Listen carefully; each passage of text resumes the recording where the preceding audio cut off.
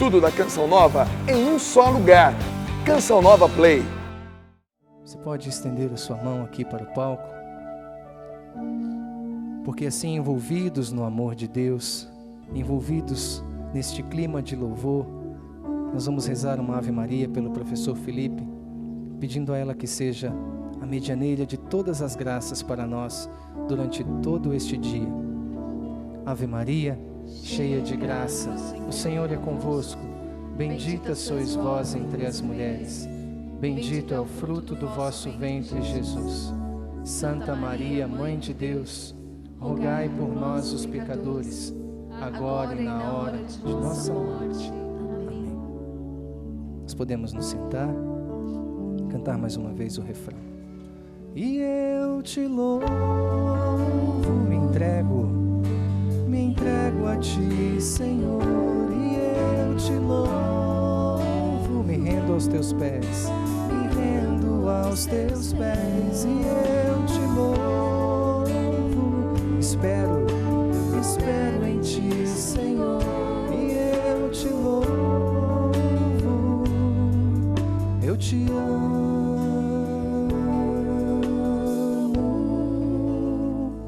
ó meu Senhor.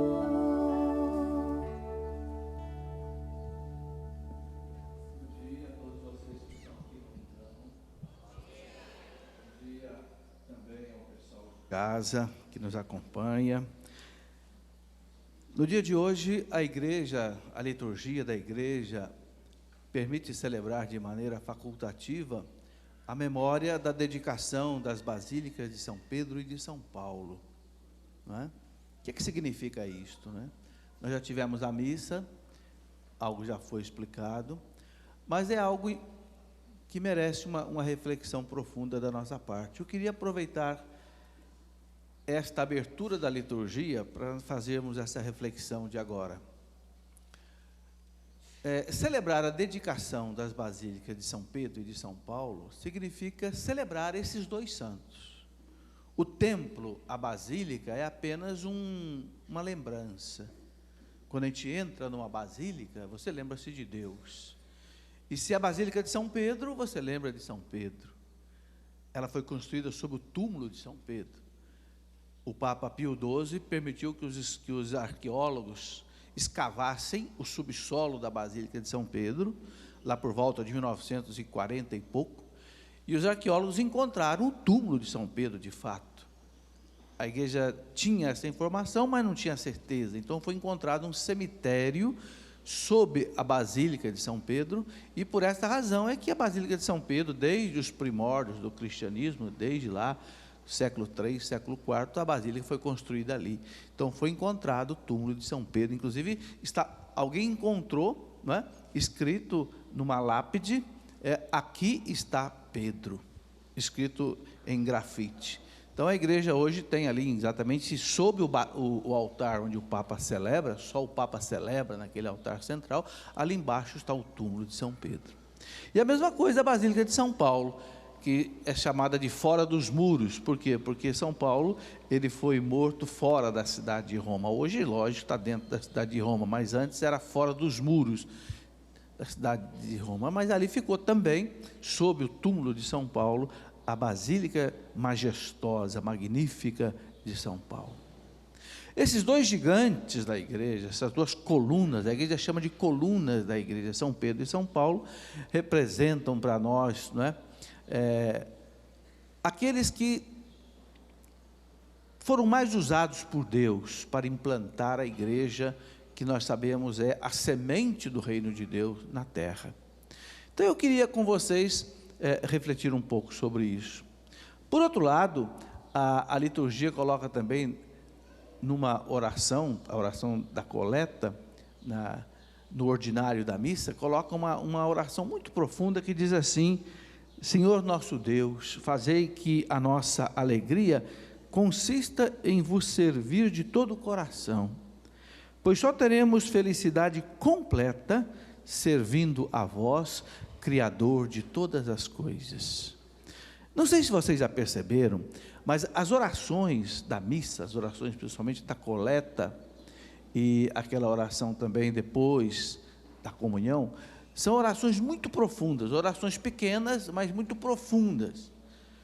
A profundidade desta oração, que está também na liturgia das horas, nas leituras de hoje, é muito profunda. Ela diz, né? Senhor nosso Deus, fazei que a nossa alegria consista em vos servir de todo o coração. Então, a verdadeira alegria, a alegria perfeita, a alegria que não passa, é servir a Deus de todo o coração. E a oração continua dizendo assim: pois só teremos felicidade completa, servindo a vós, Criador de todas as coisas. O pecado original deixou uma marca profunda em nós, uma marca de decadência, uma marca de egoísmo, uma marca de rebelião contra Deus, né? Que foi preciso ser resgatado com o preço do sangue de Cristo na cruz. Nós temos a ideia, a gente só consegue entender a gravidade do pecado original quando a gente olha para Cristo pregado na cruz. Vocês já imaginaram alguém 3 horas pendurado por 3 pregos? É indizível, é inenarrável, é inefável, não há palavras para você explicar o que Jesus passou ali aquelas 3 horas na cruz, vertendo em sangue, em dores horríveis, isto para nos resgatar daquilo que o pecado original fez em cada um de nós. O Papa João Paulo II, falando do pecado original, um dia ele diz assim, que o pecado original retirou os nossos olhos de Deus e fez com que nós voltássemos os nossos olhos para as criaturas de Deus. Então, há uma tendência dentro de nós, meio magnética, que nos atrai para as criaturas, ao invés de atrair para o Criador. Este é o maior de todos os pecados. Por que nós pecamos? Qualquer tipo de pecado que a gente cometa, a igreja diz que há 7 grandes pecados: pecados capitais, pecados pais, pecados mães, né? Soberba, ganância, luxúria, gula, ira, inveja e preguiça. São os piores pecados, a igreja diz, porque eles têm muitos filhos, né? Mas qualquer pecado desse que a gente cometa, seja adultério, seja gula, seja ira, seja ganância, seja soberba, qualquer pecado desse, no fundo, o que nós estamos fazendo?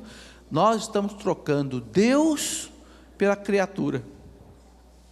Nós preferimos fazer a nossa vontade de criatura, ou preferimos nos satisfazer com as criaturas, do que com o Criador.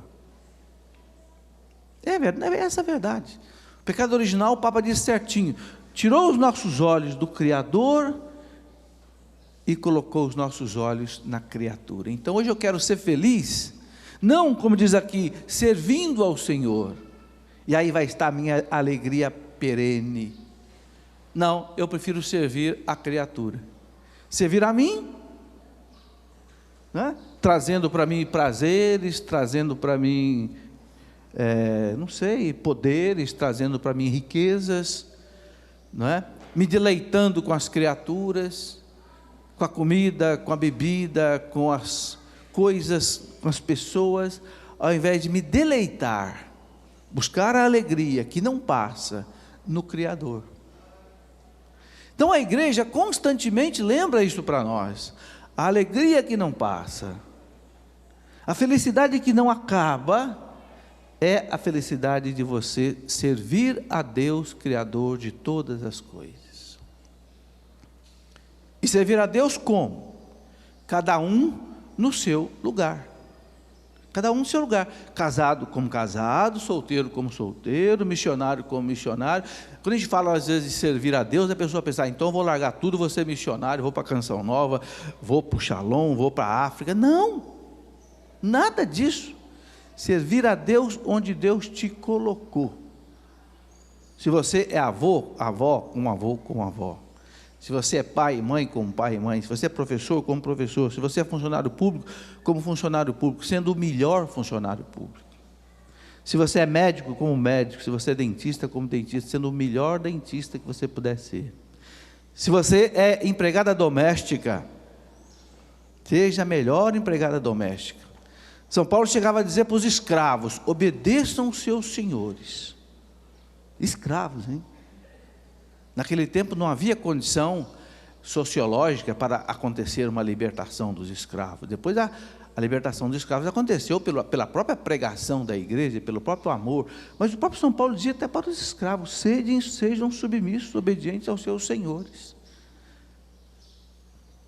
E dizia para os senhores: amem os seus escravos, como irmãos na fé.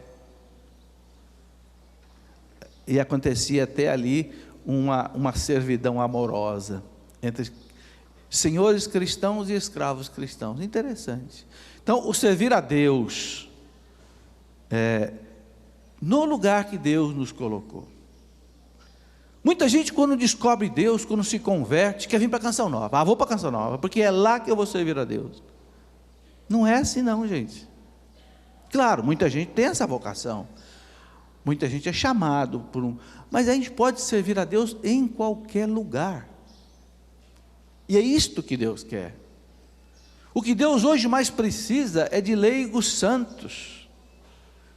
Vós sois o sal da terra. Vós sois o luz do mundo. Vós sois o fermento da massa.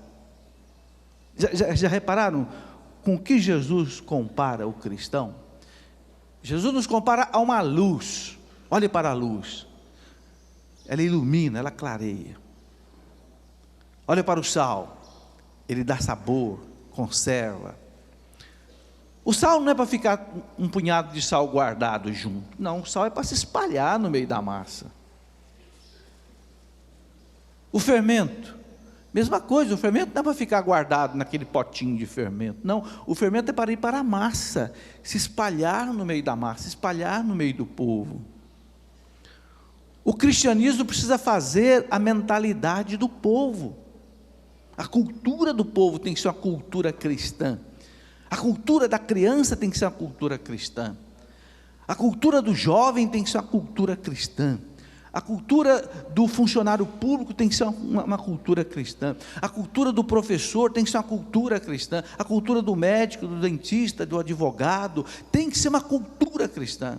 Isto é, ele tem que agir como cristão, trabalhar como cristão, sofrer como cristão, enfrentar os problemas da vida como cristão. Aí nós estamos servindo a Deus. A oração diz: Senhor nosso Deus, fazei que a nossa alegria consista em vos servir de todo o coração, pois só teremos felicidade completa servindo a vós, o Criador de todas as coisas. Gente, como é duro nós aprendermos essa lição. Como é duro. Vocês e eu também, não pense que eu estou falando para vocês, não. Quando eu estou falando para vocês, estou falando para mim também, viu? Como é duro a gente aprender essa lição, que a felicidade completa só existe em Deus. Eu tinha um amigo que um dia comprou um carro, era colega meu na faculdade, professor universitário, lá em Itajubá. Rapaz novo, comprou um carro, primeiro carro zero que ele comprou na vida, aí estava morto de feliz, né? Só que naquele tempo, há uns 30 anos atrás, a gente não usava fazer seguro de carro não, sabe, seguro de carro é coisa meio... E ele comprou o carrão zero dele, daqui a pouco ele bateu o carrão, e amassou o carro inteiro. Ele chorava como se ele tivesse sido amassado inteirinho. Isso não é felicidade. Ter um carro novo não pode ser uma felicidade, porque o carro amassa. Essa felicidade é muito precária, ela passa. O acidente acaba com ela, o fogo destrói, o ladrão pode roubar. A felicidade de servir a Deus não amassa. Ninguém pode roubar, não pega fogo. Entenderam? Mas nós somos atraídos para a criatura. O pecado original tirou os nossos olhos do Criador e colocou na criatura. Então eu acredito que eu posso ser muito mais feliz num carro zero do que servindo ao Senhor. Gente, esse é o peso do pecado original dentro de nós. Não se assuste, não. Nós somos assim mesmo. Até São Paulo gemia sobre o peso dessa realidade. Lá no capítulo 7 da carta aos Romanos, São Paulo geme. Homem infeliz que eu sou. Ele, São Paulo, o gigante da igreja, da fé. Homem infeliz que eu sou, não consigo fazer o bem que eu quero e acabo fazendo o mal que eu detesto. Quem me livrará desse corpo de morte? São Paulo pergunta. E ele mesmo responde: graças dou a nosso Senhor Jesus Cristo. Sabe, só, gente, a graça de Deus, constante em nosso coração, pode fazer com que a gente retire os olhos da criatura e volte de novo os olhos para o Criador. Só a graça de Deus. Se a gente não viver na graça de Deus, na força de Deus, no poder do Espírito Santo, sabe, a gente é arrastado por esse magnetismo forte que nos puxa para baixo. A Bíblia chama de concupiscência, é aquilo que puxa para baixo, né? A concupiscência dos olhos, São João diz, a concupiscência da carne, a soberba da vida, o pecado, tira de Deus e volta para o Criador. Então, servir a Deus de todo o coração, deve ser um lema para cada um de nós. E eu queria aprofundar isso com vocês. Se vocês estiverem aí com a Bíblia, peguem comigo, por favor, a primeira carta de São Paulo, ou melhor, a carta de São Paulo aos Colossenses. São Paulo aos Colossenses, ele coloca uma reflexão muito bonita para nós. Eu vou pegar 2 versículos aí, dessa carta. Colossenses capítulo 3, essa carta foi escrita aos cristãos de Colossos, né, naquele tempo. Hoje é uma região da Turquia, mas naquele tempo era a região ali abaixo do Mar Negro, onde estava ali a região chamada Frígia, a região onde São Paulo percorreu ali muitas vezes. Eu quero pegar 2 versículos da carta aos Colossenses, capítulo 3 da carta aos Colossenses, versículo 17 e versículo 23. E queria meditar com vocês sobre esses 2 versículos hoje, dentro desta linha que a liturgia nos dá: a felicidade completa, a alegria verdadeira, consiste em servir a Deus, Criador de todas as coisas. O que quer dizer isso? Servir a Deus. Como é isto? Servir a Deus. Um grande santo e doutor da igreja, Santo Afonso de Ligório, que é o fundador da congregação dos redentoristas, né? Santo Afonso de Ligório dizia assim: se você quiser ser santo, faça 2 coisas: fazer tudo o que Deus quer e querer tudo o que Deus faz. Ele diz que é um caminho de santidade. Faça tudo o que Deus quer, isto é, obedeça a Deus, obedeça à lei de Deus, obedeça à igreja, que é a porta-voz de Jesus Cristo. Faça o que Deus quer, viva os mandamentos, e queira o que Deus faz. Queira o que Deus faz. O que é isso? Aceite na tua vida tudo que te acontecer. Entende? É difícil, né? Aceitar o que acontece na vida da gente, aquelas coisas que a gente não tem jeito de mudar. Claro, todos nós ficamos doentes e temos que ir nos tratar. É lógico que tem que se tratar. Mas se a gente não conseguir se curar da doença, paciência, aceite. São Paulo diz, né? Tudo concorre para o bem daqueles que amam a Deus. Romanos 8, 28. Aos Tessalonicenses, São Paulo diz, 5,16, primeira carta: em todas as circunstâncias dai graças. Como é difícil isso, né? Você dá graças a Deus quando você perde um emprego, quando você perde um filho, quando você perde o esposo, a esposa, quando você sofre um fracasso financeiro, quando você é traído por um amigo, por uma amiga, quando o marido te abandona. Como é difícil a gente viver esse versículo de São Paulo, 1 Tessalonicenses 5, 16, 17, em todas as circunstâncias dai graças. Mas eu vou dar graças pelo mal que me aconteceu? Não, você não vai dar graça pelo mal que te aconteceu, porque o mal é mal e sempre será mal em qualquer circunstância. Você vai dar graças porque Deus saberá tirar desse mal alguma coisa boa, entenderam? Nós não damos graça pelo mal.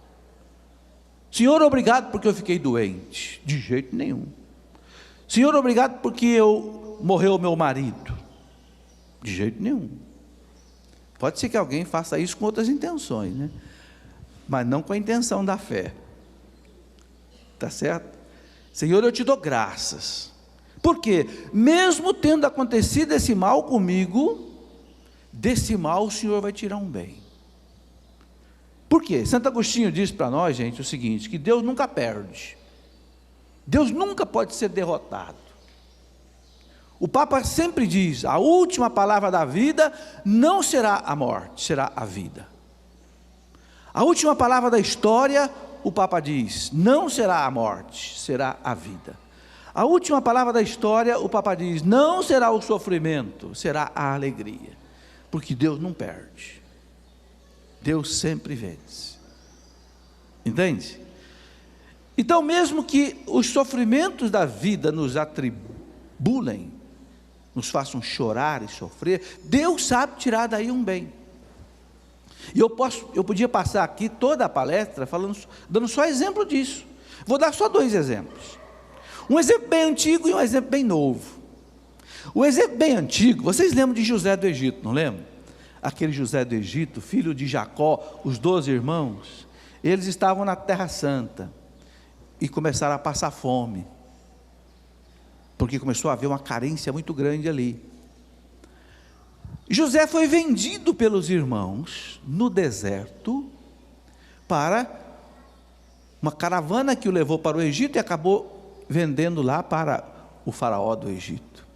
Vejam que coisa bárbara. Os 12 irmãos venderam o caçula, o filho que Jacó mais amava. Que coisa terrível. Irmãos vendeu os irmãos, nunca vi isso. Venderam, por inveja. A inveja é uma tragédia, viu gente? Não é à toa que um dos pecados capitais é a inveja. A inveja é terrível. A inveja leva irmão a matar irmão, irmão vender irmão. É terrível a inveja. Mataram Jesus por inveja. Caim matou Abel por inveja. E os irmãos de José venderam José por inveja. Será que a gente não tem inveja de algum irmão nosso em casa, não, hein? Se tem, joga pela janela, hein? Será que a gente não tem inveja de algum amigo porque tem um carro melhor do que o nosso, porque foi promovido e eu não fui, porque, não sei, tem uma namorada mais bonita do que a minha? Ou tem um namorado e eu não tenho? Será que eu não tenho essa invejinha lá no fundo? Não. Será que não tem aquela invejinha lá dentro de mim que diz assim, tomara que caia, e quando cai, bem feito? Ninguém escutou, mas você falou e Deus ouviu no seu coração. A inveja é terrível, viu gente? Quando a inveja assaltar o coração da gente, a gente tem que dizer assim, não quero, não te aceito, não vou agir movido pela inveja, eu vou agir movido pelo amor. Vocês sabem que ser tentado não é pecado, o pecado é consentir na tentação, está certo? Assim como ter um bom sentimento não é mérito para ninguém não. O mérito é você agir corretamente. Ninguém tem mérito diante de Deus porque vê um pobre, vê um doente e chora de compaixão diante dele. Não tem mérito nenhum nisso. Onde é que está o mérito? Se você chorar diante do doente, mas você for lá e ajudar o doente, aí você tem mérito. Entendeu? Chorar diante de um pobre, chorar diante de não tem mérito nenhum, é sentimento. Agora, a partir do momento que você toma uma atitude, eu vou ajudar esse meu irmão, pelo qual eu estou chorando, aí tem mérito. O sentimento é bom porque ele nos impulsiona a ter uma atitude correta, mas o mérito não está no sentimento, está na atitude. Do mesmo lado, a tentação. Você não comete nenhum pecado em ser tentado pela inveja, tentado pelo ciúme, tentado, desde que você não tenha uma atitude depois de pecado. Uma atitude de ciúme, uma atitude de inveja, que te leva a agir nessa direção. Entenderam? Sentir não é pecado, nem mérito. O consentir é que pode ser pecado ou pode ser mérito. A gente tem que entender isso para ter uma consciência clara, para não ser assim, escrupuloso, né? Tem gente que tem uma tentaçãozinha e já vai confessar, não, isso não é pecado. Você pode ter a tentação de roubar, de matar, você pode ter até a tentação de abortar, não é pecado. Pecado se você abortar, pecado se você matar, pecado se você for lá e roubar, aí você fez um ato imoral. Enquanto você não praticar um ato imoral, não há pecado. Assim como, enquanto você não praticar uma boa ação, não há mérito. Você pode ficar aqui chorando pelo mundo inteiro que sofre, não tem mérito nenhum. Mas se você mover um passo para frente e começar a ajudar as pessoas, aí você tem mérito diante de Deus. Entenderam isso? Isso é uma coisa muito importante de entender para a nossa vida, a nossa consciência ficar assim, uma consciência reta, nem laxa, relaxada, e nem também escrupulosa, né? Severa demais. Consciência, sabe, nós temos que ter uma consciência correta diante de Deus, né? Mas eu quero voltar lá no José. O José do Egito foi vendido pelos irmãos. Que coisa bárbara, né? No entanto, gente, esse menino foi para o Egito, se tornou querido do faraó, porque ele tinha dons especiais de ciência, de discernimento, e ele discerniu os sonhos do faraó, e ele salvou o Egito da fome, porque ele acabou se tornando governador do Egito, e ele fez 7 anos de colheita, para enfrentar depois 7 anos de fome, e salvou o Egito, e acabou salvando quem? Acabou salvando o seu povo, o povo de Jesus Cristo, o povo de Jacó, do qual nasceu Judá e de qual nasceu depois Jesus Cristo. Então, por uma desgraça que aconteceu na família de Jacó, os irmãos venderam José para o Egito. Dessa desgraça, Deus tirou uma grande graça. Aquele povo foi acolhido pelo faraó no Egito, e no Egito ficou 400 anos. Vocês estão vendo como é que Deus não perde? Deus não perde. Deus sabe transformar a desgraça em graça. Deus sabe tirar o da desgraça e deixar só a graça. Esses dias eu estava lendo uma reportagem sobre, é o segundo exemplo que eu quero dar. Esses dias eu estava lendo uma reportagem sobre as torres americanas que caíram, né? As 2 torres gêmeas lá dos Estados Unidos. Eu estive lá o ano passado, naquele lugar, que coisa triste. Né? Nova York fechada de prédio por todos lados, de repente você vê aquele vazio, que coisa horrorosa, aquele ato terrorista, né? Eu estava lendo uma reportagem, e a pessoa narrava quantas pessoas não morreram naquele acidente ou incidente, porque não foram trabalhar naquela hora, porque as pessoas estavam chegando para o trabalho, era 8, 8h30 da manhã. Um não foi trabalhar porque o carro não pegou, e ele ficou blasfemando ali, carro desgraçado que não pega, eu vou perder meu dia de serviço. Perdeu o dia de serviço, só que ganhou a vida. O outro perdeu porque derramou o café na roupa e foi trocar a roupa, se atrasou, perdeu o ônibus, não chegou para o serviço. Gente, quantas pessoas não morreram naquele World Trade Center, porque aconteceu uma desgraça, entre aspas, e as pessoas lamentaram, reclamaram, e Deus daí fez uma grande graça, salvou a pessoa da morte. Estão vendo? A gente não sabe o que está atrás do mal, mas Deus sabe do mal tirar o bem. Santo Agostinho dizia assim: se Deus não soubesse do mal tirar o bem, Deus nunca permitiria o mal nos atingir. Segunda coisa que Santo Agostinho diz: Deus às vezes permite o mal hoje, para evitar um mal maior depois. Morreu seu filhinho de 1 ano de idade, morreu seu filhinho de 2 anos de idade. A gente chora, claro, tem que chorar. É o tributo da natureza, a lágrima é o tributo da natureza, tem direito a chorar. Mas não se rebele contra Deus, porque a gente não sabe o que está por trás disso. Essa criança que morreu hoje, nós fizemos de tudo para salvá-la. O que será que poderia acontecer com essa criança amanhã? Quem sabe se ela vivesse mais anos, ela não poderia até, quem sabe, perder o céu. Então não seria muito melhor que Deus a levasse para o céu agora? Embora nós ficássemos na terra chorando? O que é melhor, você ficar na terra chorando e ver um filho seu no céu, ou você ficar na terra sorrindo e de repente você não ter certeza? Entende, gente? Sem fé é impossível agradar a Deus. Diz São Paulo em 3 lugares na Bíblia. Ele fala na carta aos Romanos, fala na carta aos Hebreus, fala na carta aos Gálatas. Sem fé é impossível agradar a Deus. E o que é fé? Fé é você agir sem ver. Como eu vou dar graças a Deus por essa tragédia que me aconteceu, se eu não estou vendo nada? Você vai dar graças através dos binóculos da fé. A fé é um binóculo, os americanos inventaram agora um binóculo que enxerga no escuro, né? A fé é um binóculo que a gente enxerga no escuro da vida, mas certos de que Deus nos sustenta. E se Deus nos sustenta, a gente pode dar graças a Deus por tudo. Então, Santo Afonso de Ligório dizia assim: quer ser santo, quer fazer a vontade de Deus, então faça o que Deus quer e queira o que Deus faz. Queira, aceite o que Deus faz, mesmo chorando.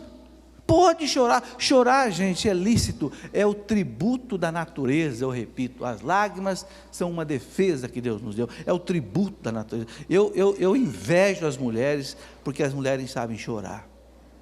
E chora porque está alegre, chora porque está triste, chora porque ganhou, chora porque perdeu, chora e chora. Que coisa bonita. É por isso que a mulher morre menos do coração do que o homem, porque a mulher chora, né? A natureza feminina é assim. A natureza foi feita para ser mãe, então para ser delicada, ser muito mais sensível. Então as lágrimas é um tributo lícito da própria natureza. Chore, mas chore sem revolta, chore sem blasfêmia, chore na fé, né? Chore na fé. Dá até para escrever um livro, né? Chorando na fé. Entende?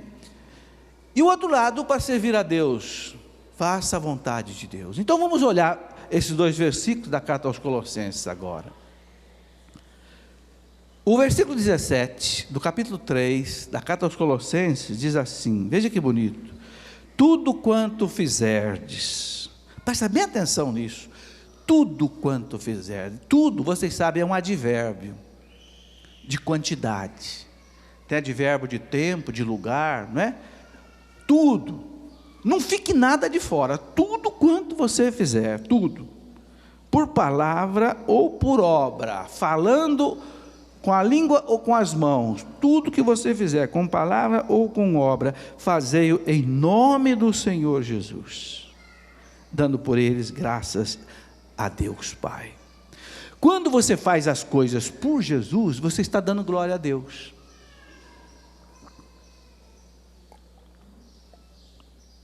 Dar glória a Deus, gente, não é só levantar as mãos também, não estou desprezando isso não. Dar glórias a Deus não é só levantar a mão e cantar, eu te louvo, eu te bendigo, eu te glorifico. Isso também é bonito, isso também é necessário, isso também é verdade, é oração, mas não é só isso. Jesus disse, nem só aqueles que dizem Senhor, Senhor entrarão no reino de Deus, mas aqueles que fazem a vontade do meu Pai. Estão lembrados do Sermão da Montanha? O Sermão da Montanha é o ápice da pregação de Jesus. É bom louvar a Deus, temos que louvar a Deus em todas as línguas. Os 150 salmos da Bíblia termina dizendo, tudo que vive e respira, louve o Senhor. Tudo tem que louvar a Deus, porque Deus merece esse louvor. Mas São Paulo aqui está ensinando uma outra maneira de louvar a Deus, por aquilo que você faz. Tudo que fizer, diz, não importa se você está lá carimbando um papel, se você é funcionário público, não importa se você está operando um doente, se você é médico, não importa se você está obturando um dente ou fechando um canal, se você é dentista, não importa se você está dando uma aula, se você é professor, não importa se você é um professor mal pago ou bem pago, se você faz em nome de Jesus, olha aqui, tudo o que fizerdes por palavra ou por obra, fazei em nome do Senhor Jesus, por amor a Deus. Fazer em nome de Jesus quer dizer o quê? Movido por Jesus, para Ele, eu estou fazendo para Ele, eu não estou fazendo para mim, eu não estou fazendo só para ganhar esse dinheiro, eu não estou fazendo só para agradar o meu chefe e me ser promovido na minha profissão, não, eu estou fazendo para Jesus, porque o meu trabalho faz bem para o meu irmão, e Jesus ama o meu irmão. A maneira mais prática de amar, gente, sabe qual é a maneira mais prática de amar? É exercendo bem a nossa profissão. Por que eu estou vestindo essa camisa aqui? Porque alguém fez essa camisa, alguém pregou delicadamente esses botões nessa camisa, alguém teceu esse algodão, essa seda, não sei, e fez esse tecido. Muita gente trabalhou para que eu pudesse vestir essa camisa bonita que eu ganhei de presente. Essa pessoa me amou sem me conhecer. Essa pessoa que fez essa camisa, teceu esse tecido, essa pessoa me amou sem me conhecer, sem saber que era eu que um dia ia vestir essa camisa. Essa pessoa fez, e o amor dela chegou até mim. Os óculos que eu uso, a calça que eu visto, o sapato que eu uso, as meias que eu calço, né?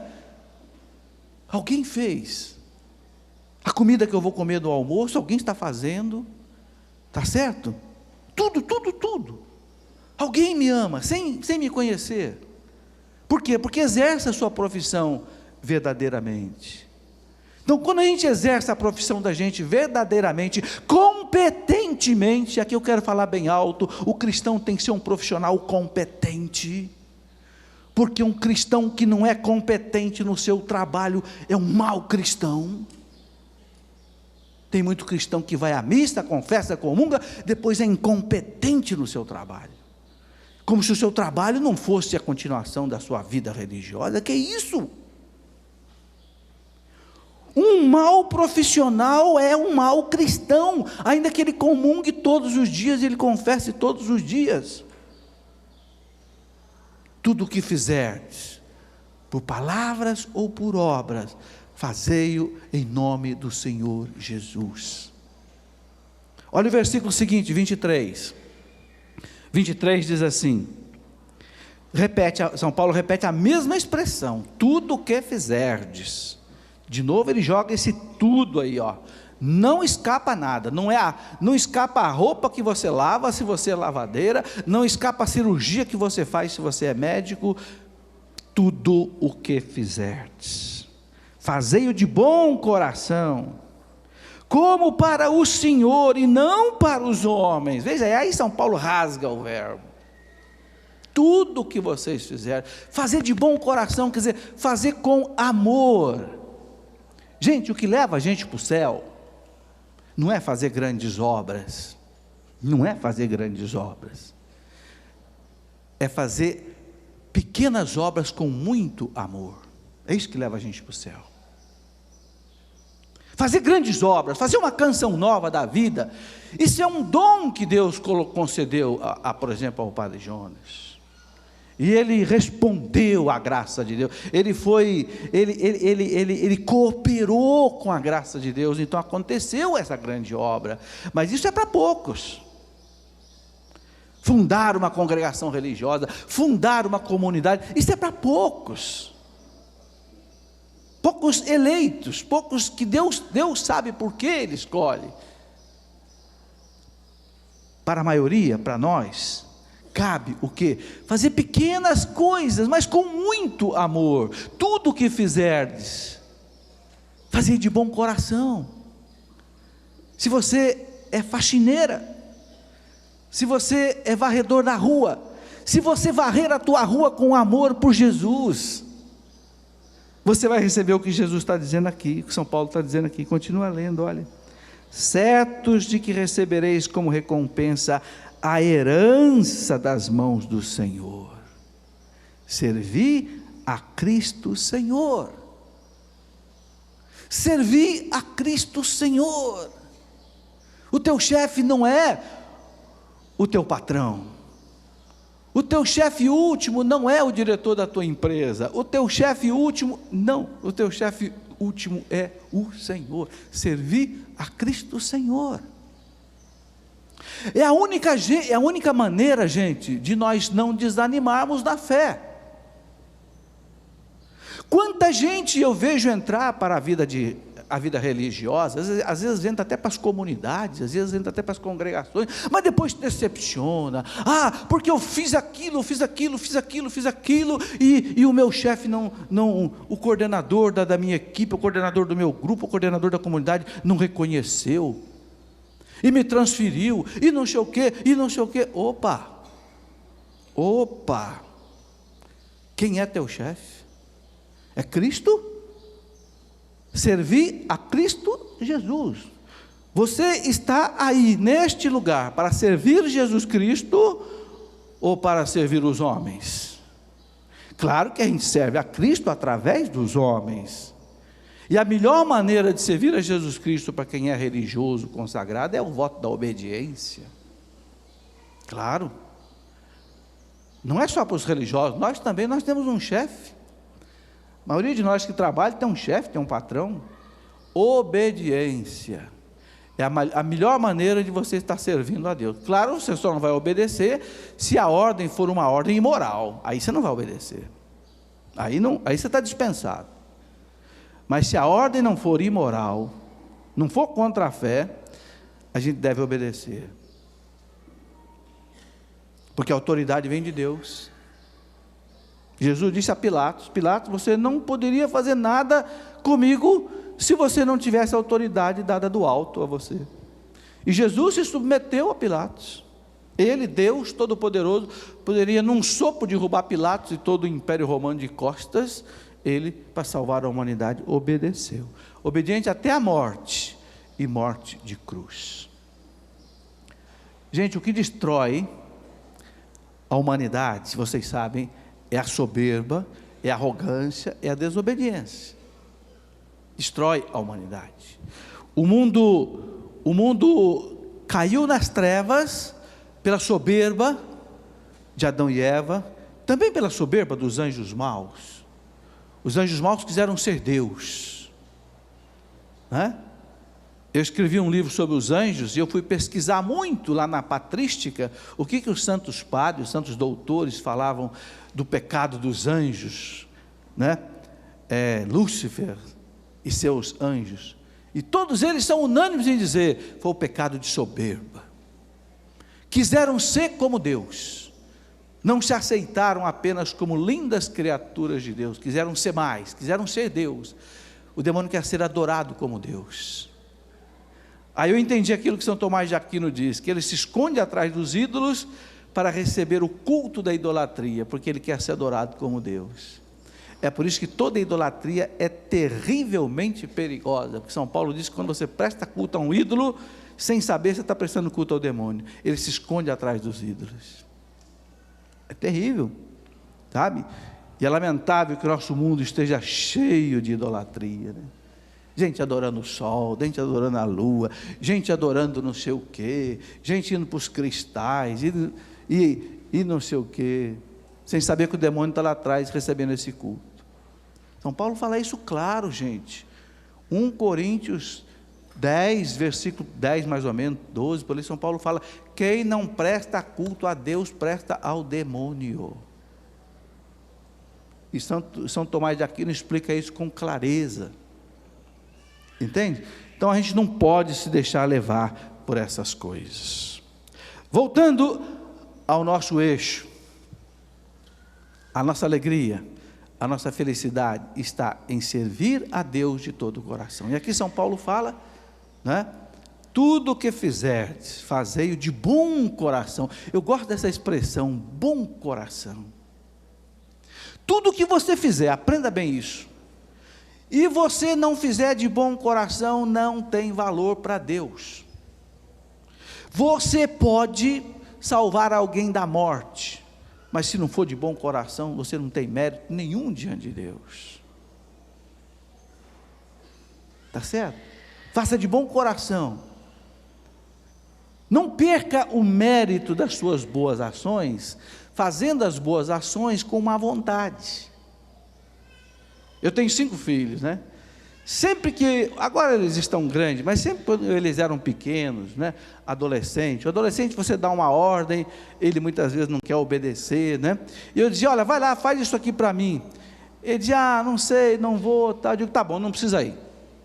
Tá, me devolve aqui, me dá aqui de novo. Não precisa ir, porque eu não quero que ninguém faça as coisas para mim de má vontade. Ah não, pai, peraí. Acordava. Não quero, Deus também não quer. Deus também não quer ser obedecido de má vontade. Não. Tudo o que fizerdes, fazei de bom coração, não para os homens, mas para o Senhor. Isso é muito importante, gente. E aqui, São Paulo diz uma coisa muito bonita: certos de que recebereis a herança das mãos do Senhor. Servir a Cristo o Senhor. Quer dizer, nós vamos receber uma herança de Deus, a vida eterna. Aquilo que São Paulo diz que olhos humanos jamais viram, ouvidos humanos jamais ouviram, coração humano jamais sentiu o que Deus tem preparado para aqueles que o amam. São Paulo fala isso. Deus tem uma herança para nos dar, para aquele que for fiel. Aquele que for fiel no pouco, Deus vai dar a ele muito. Então, gente, ser fiel a Deus, fazer de bom coração. E eu quero repetir aqui, muita gente que eu sei que está me vendo e está me ouvindo, é gente muito simples, é quem sabe uma dona de casa, é quem sabe uma empregada doméstica. E eu não tenho nenhuma dificuldade em usar essa expressão, empregada doméstica, porque é uma profissão muito nobre. Eu sou empregado também. Só que não sou doméstico, sou empregado numa faculdade, mas sou empregado do mesmo jeito. Não há demérito nenhum em ser uma empregada doméstica, em ser um empregado caseiro de um sítio, não. O importante é que você faça tudo por amor a Deus. Não importa se você está tirando leite de vaca, não importa se você está limpando um curral, não importa se você está lavando a roupa, ou se você está fazendo a comida, faça por amor ao Senhor. Sabe como é que é? Você é leiteiro, tira leite? Então tire leite, pensando assim, Jesus vai beber esse leite. Eu sei que você não vai deixar esse leite sujar. Você é cozinheira, vai fazer almoço? Jesus vem para almoçar hoje, e vai comer essa comida. Eu sei que você vai caprichar. Vai ser a melhor comida que você vai fazer, porque Jesus vai comer a sua comida. Você está lavando a roupa lá no tanque, Jesus vai vestir essa roupa. Deixa eu caprichar.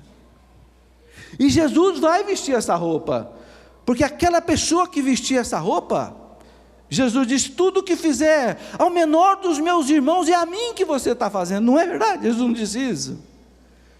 Então Jesus vai vestir a camisa que você está passando, lavando, costurando. Jesus vai comer a comida que você está fazendo, porque Ele diz, tudo o que fizer, diz, ao menor dos meus irmãozinhos, é a mim que você está fazendo. Gente, quando chegar lá no céu, Jesus vai dizer, lembra aquela roupa que você passou, você não sabia quem que ia vestir? Fui eu.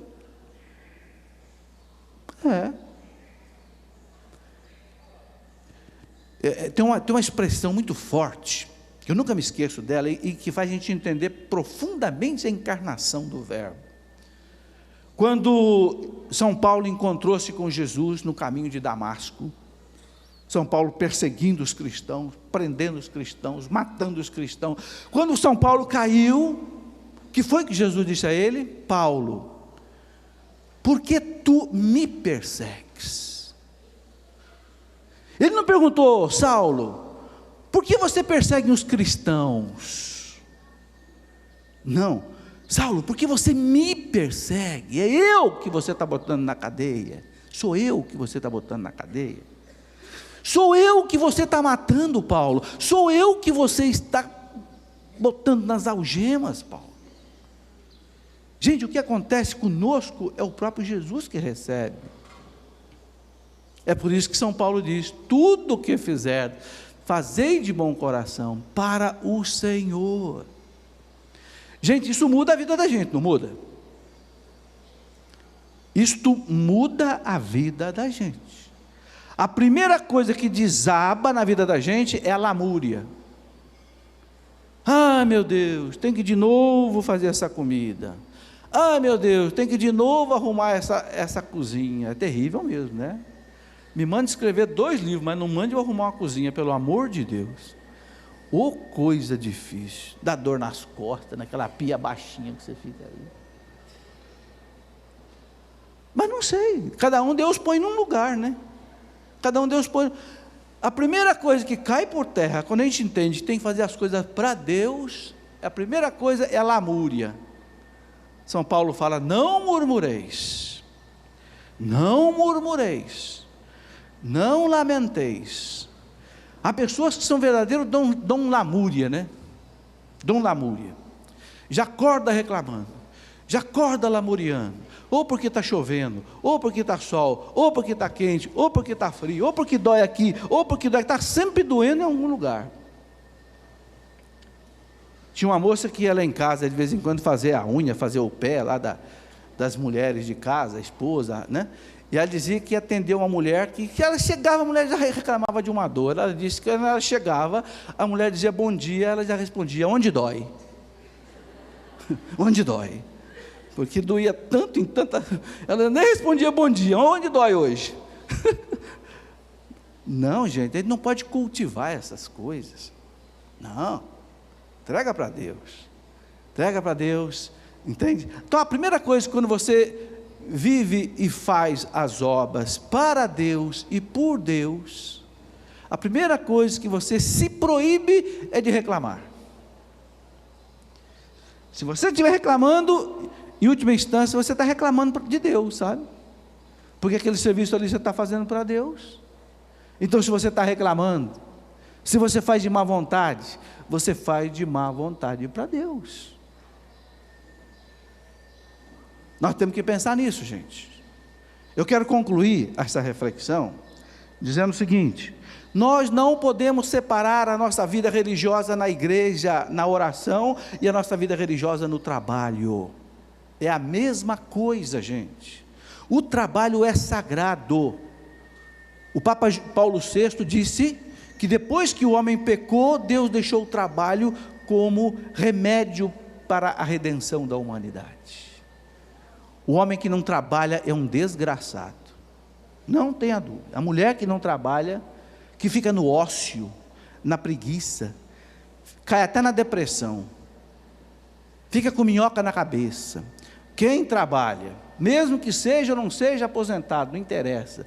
Quem trabalha, quem faz alguma coisa é uma pessoa feliz, equilibrada. O trabalho é sagrado. Jesus trabalhou não sei quantos anos na carpintaria de São José, para deixar um exemplo para nós. O trabalho é sagrado. O trabalho é uma oração silenciosa. Eu estou construindo o mundo de Deus. Eu estou sendo cooperador do Criador com as minhas mãos. Eu estou ajudando Deus a construir o mundo. Então não se justifica, eu repito aqui, um cristão que seja um mau profissional. Um cristão que seja um mau professor. Ah, porque eu ganho pouco, porque o Estado é injusto, porque isso é... Não tem desculpa. Quer brigar pelo teu salário, vá brigar pelo teu salário, mas trabalhe direito, independente disso. Entenderam? O trabalho é sagrado. O trabalho é uma forma de eu servir a Deus e servir aos irmãos. E o trabalho me santifica. E eu santifico o mundo do trabalho, quando eu trabalho direito. Isso é muito importante. Então, fazer tudo, né, de São Paulo, não para os homens, mas para o Senhor, dando por ele graças a Deus. E recebereis, como recompensa, a herança das mãos do Senhor. Das mãos do Senhor. Gente, quantos escravos se tornaram santos, hein? São Benedito, Santa Baquita, uma escrava negra que veio lá da África, santa da igreja. Quantos escravos negros se tornaram santos da igreja? Isso é um exemplo para nós, enorme, né, do que é o caminho da vida religiosa. A gente não pode esquecer disso. Que nós todos possamos seguir o exemplo da Virgem Maria, o exemplo de São José. Serviram a Deus, no silêncio, sem reclamar, dando graças, bendizendo, né? Preparando para nós o Salvador, que veio tirar de cada um de nós do nosso pecado. Maria e José, aquela família santa e sagrada, trabalhando daquele jeito. Que sejam para nós o exemplo, e sejam também intercessão diante de Deus, para que a gente possa viver assim. Amém. Deus abençoe vocês todos.